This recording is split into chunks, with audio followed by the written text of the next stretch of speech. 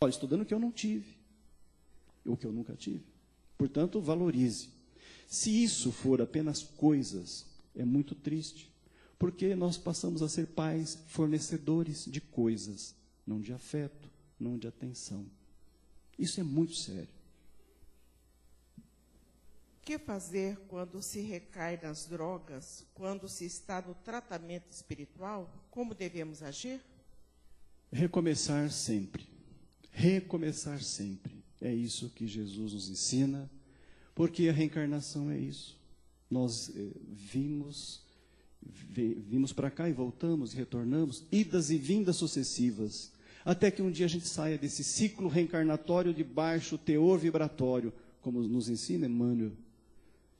Então, recomeçar sempre. E oportuna a questão que fala, está fazendo o tratamento e também o espiritual e houve recaída.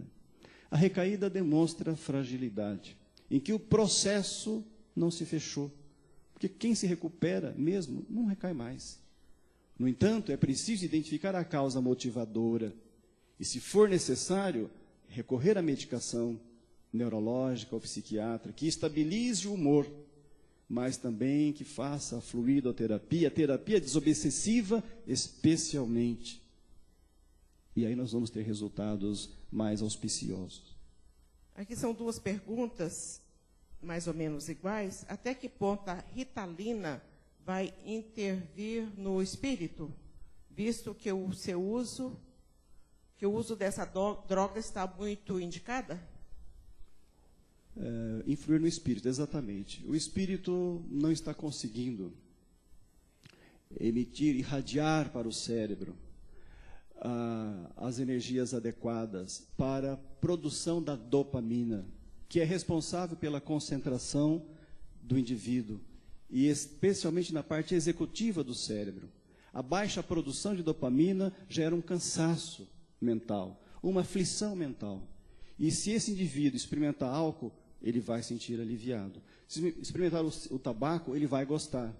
Se experimentar, lamentavelmente, a cocaína, ele vai gostar muito. Então, esse que é o problema. Então, enquanto o espírito não adquiriu ainda o equilíbrio, ainda não adquiriu, especialmente, sabe o quê? Não encontrou o seu caminho, por assim dizer, é importante a Ritalina. Porém, sob a orientação médica. Porque a Ritalina ajuda, ela não aumenta a dopamina, mas ela faz o cérebro gastar menos dopamina. Sobra dopamina e a concentração amplia, o sujeito vai bem na escola, tira notas boas e faz a transição. E quando ele, de repente, entra numa faculdade, por assim dizer, que ele goste, ou entra num trabalho, num emprego, que é a praia do indivíduo, ele começa a gerar isso de maneira incrível, de maneira natural, e não precisará mais da Ritalina. Mas, enquanto tal não ocorre, é importante a Ritalina para que ele não se sinta menos inteligente, para que ele não se sinta excluído do processo de ensino na escola, ou no ensino médio, ou na faculdade. E aí abre-se as portas para o perigo das drogas, porque o TDAH tem uma predestinação muito grande. Se experimentar drogas, álcool, tabaco, ele vai se ligar, porque vai se sentir diferente. Qual a posição dos pais, do ponto de vista legal, quando descobrem que o filho usa drogas? Levá-lo à conscientização, ele não escuta. Se limitar a saída, é crime dos direitos humanos. Se põe na clínica, sai e não cura. Por isso que é interessante, né? Fazer sempre a atenção à criança. Porque na fase do 0 aos 10 anos, a criança está sempre pronta para ouvir. Por quê? O Deus dela é o pai, a mãe, ou quem o eduque. O adolescente, ele está o quê?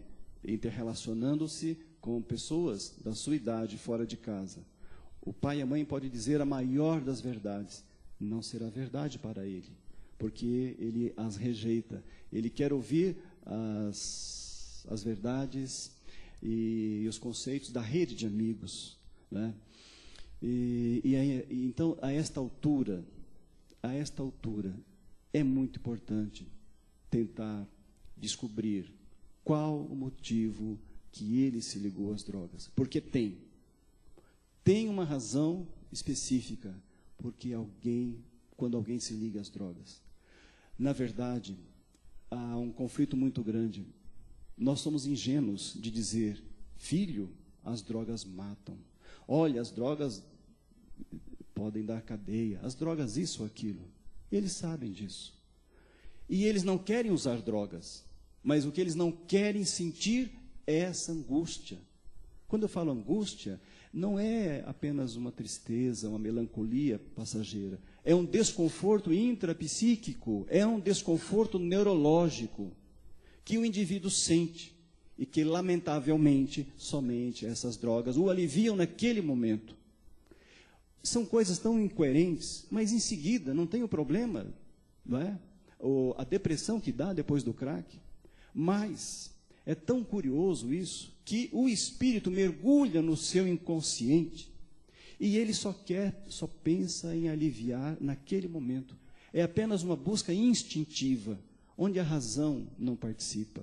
Por isso que ele trai, por isso que ele mente, por isso que pode até matar, empurrar alguém que é do seu afeto. Porque ele quer a satisfação do seu instinto, naquele momento, naquela hora.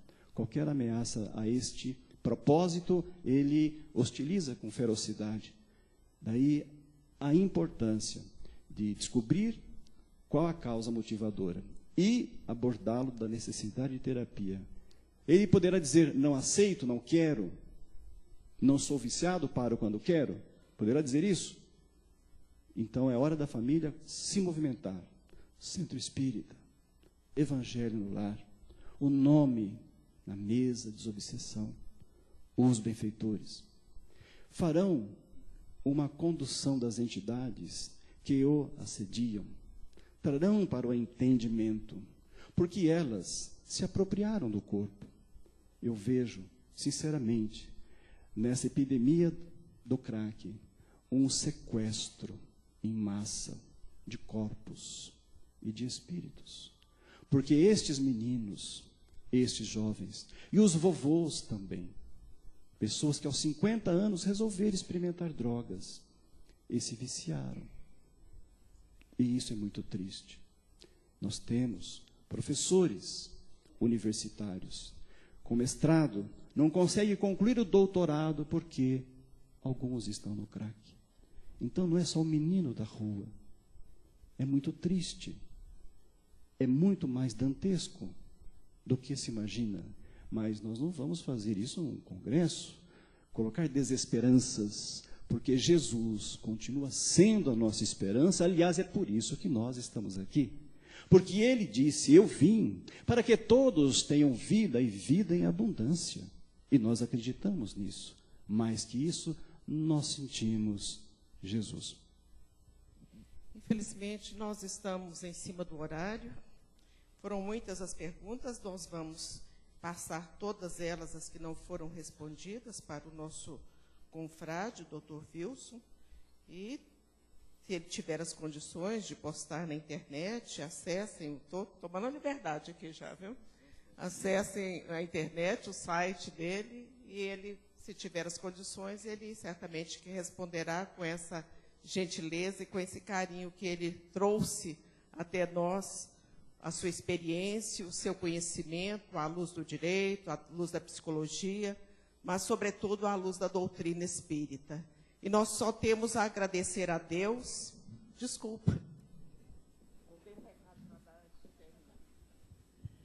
Só um instantinho da atenção de todos, que nós temos aqui 2 recadinhos rápidos e práticos. É que a nossa irmã Sani Martins Amaro Gomes perdeu a sua identidade, esqueceu a sua identidade na Secretaria do Congresso. Então, ela encontra-se aqui conosco e, se ela não nos procurar nos próximos instantes, que ela procure posteriormente na Secretaria do evento. Então, repetindo, Sani Martins Amaro Gomes, sua identidade encontra-se aqui.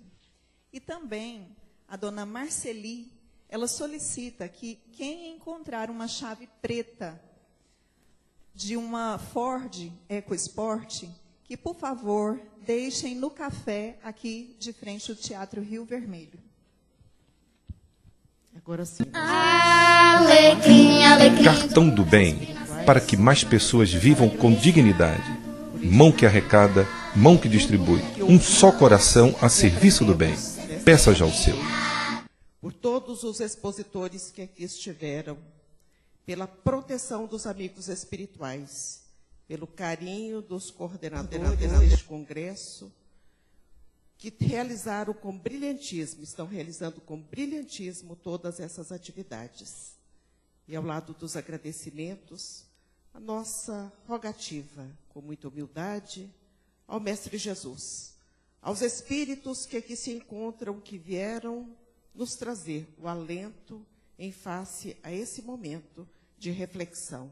Que nos abençoe, que possamos levar para as nossas casas espíritas todas essas orientações, colocá-las em prática. E também no seio da nossa família e na sociedade na qual vivemos. Que a nossa federação seja muito abençoada e todos os expositores que aqui estiveram, estão ou estarão, sejam amparados com a luz divina. Que Jesus os abençoe e até amanhã.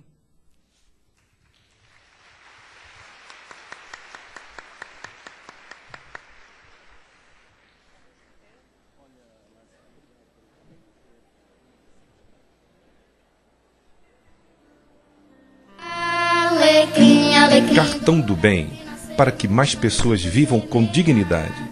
Mão que arrecada, mão que distribui. Um só coração a serviço do bem.